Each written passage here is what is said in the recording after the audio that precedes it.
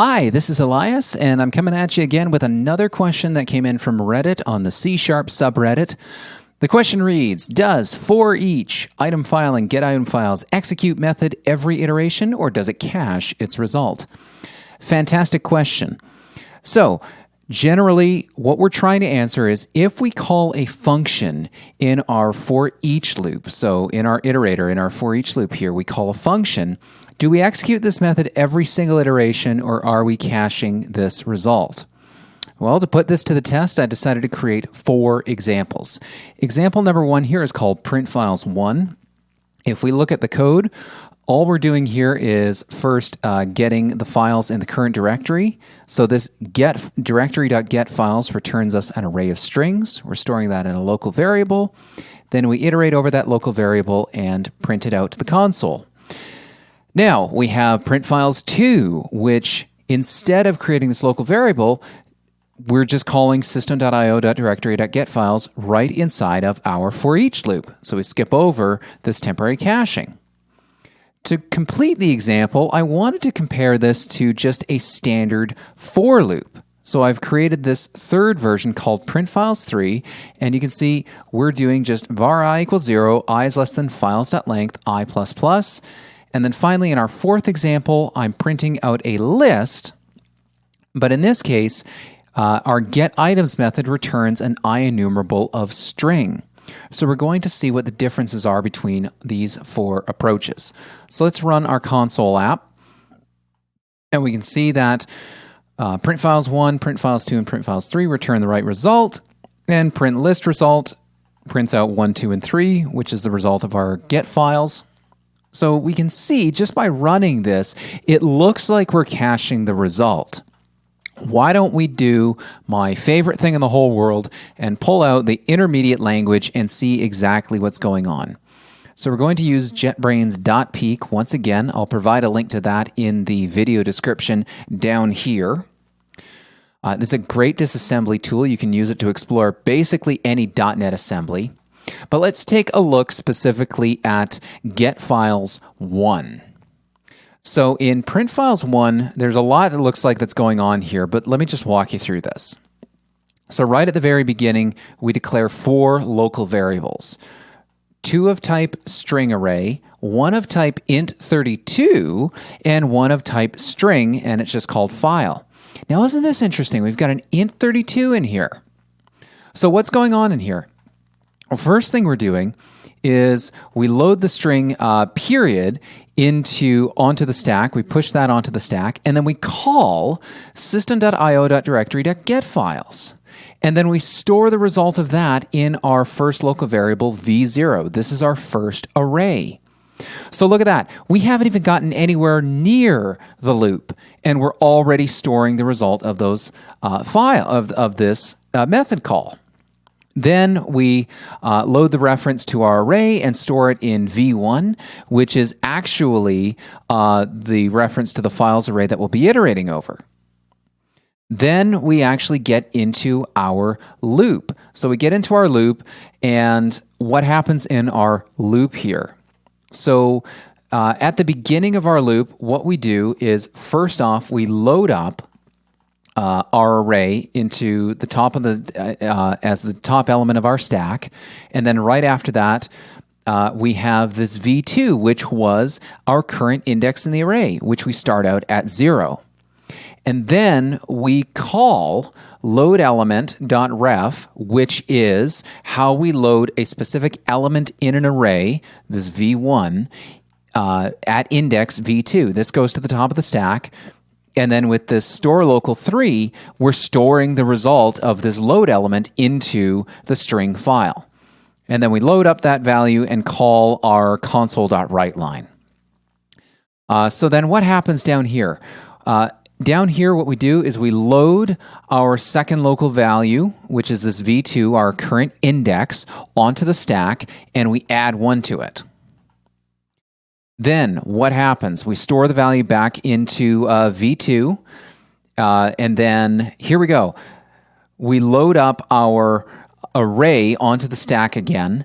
We get its length, and we compare the 2 of these values to see if they our to see if we are at the end of our array. And if we are, then we just exit. Isn't that cool? And you can see the generated code that the compiler has given us for each string file in directory.getFiles. It's optimized the code quite a bit. I wonder if this code is different in our second version, because recall in our second version, if I bring it up here, in print files 2, we do a directory.getFiles, and we're not storing this in a local variable. We're just calling it right in the for each. So what happens in this case? Well, let's take a look here. I'm going to scroll down a little bit. We'll take a look at print files 2. If we take a look at our locals, we see that we only have 3 locals this time. So we have this string array, we have our int32, and we have our string which holds the current file name. The only difference in this version of our code is we are missing that code that copies the reference of our original string array into another local variable. Aside from that, this entire method is exactly the same code. Isn't that cool? But how does it compare to, say, doing just a for each loop? So if we just a for loop, excuse me. So this print files 3, we do a for loop. What does this version look like? Let's go back to our .peek and take a look at print files 3.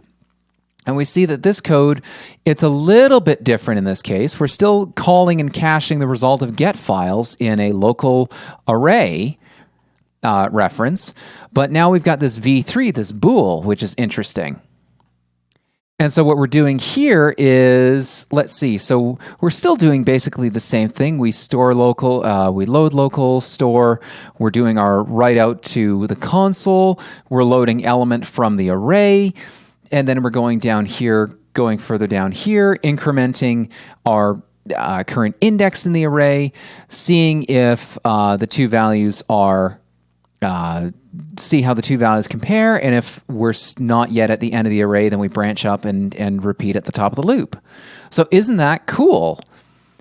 In all 3 of these cases, we are producing the same result. Now, let's go one step further. Let's just do something really inefficient here. I'm going to create a new method, a new static void called print files 4. And I'm going to copy most of the code from print files 3, but I'm going to make a slight change. Check this out. I'm going to get rid of this files local variable, and I'm going to do system.io.directory.getFiles in the current directory, period for current directory. So we're going to write this code. First off, does this compile? Yes, it does. It absolutely compiles. Now, let's run this code as well. So I'm going to copy this, rename this print files 4 result, print files 4. Let's run it and see what happens. And print files 4 seems to give us the exact same result. So what's happening here? All right, let's reload this program and see what happens. We're going to scroll down. I'll zoom in on this a little bit. We'll scroll down to print files 4. And if we look at this, the code actually looks relatively similar, except we're doing a couple of extra calls to get files, and it still seems to work.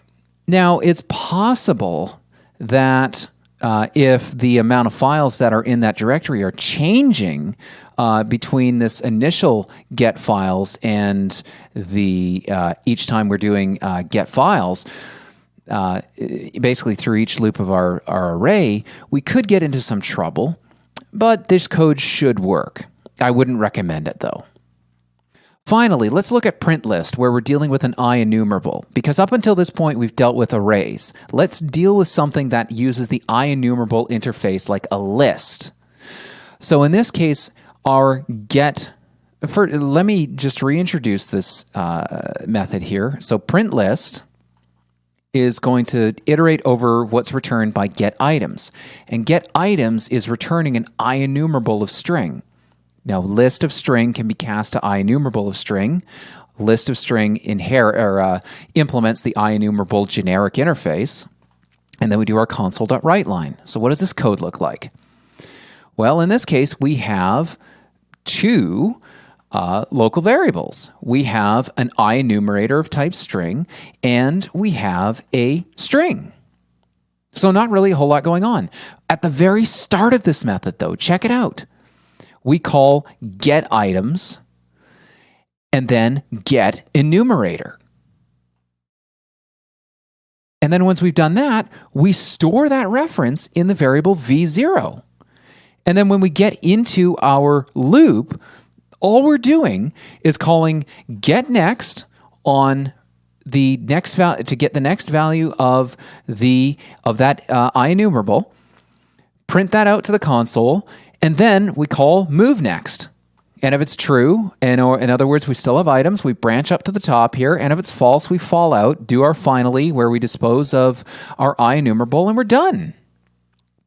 So, finally, to answer the question, in all four of these, in the case of print list, where we're iterating over an IEnumerable, and in the case of these three examples, where we are doing for each or for on an array of items, the answer that is returned by a function, the answer is yes.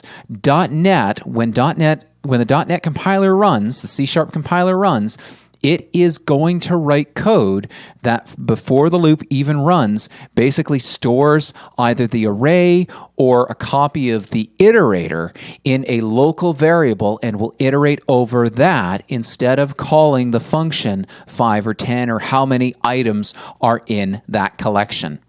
If you found this video helpful, please like it, please subscribe, share it with your friends. I'll provide links to .peek in the video description below. Thank you very much for watching, and I'll see you in the next video.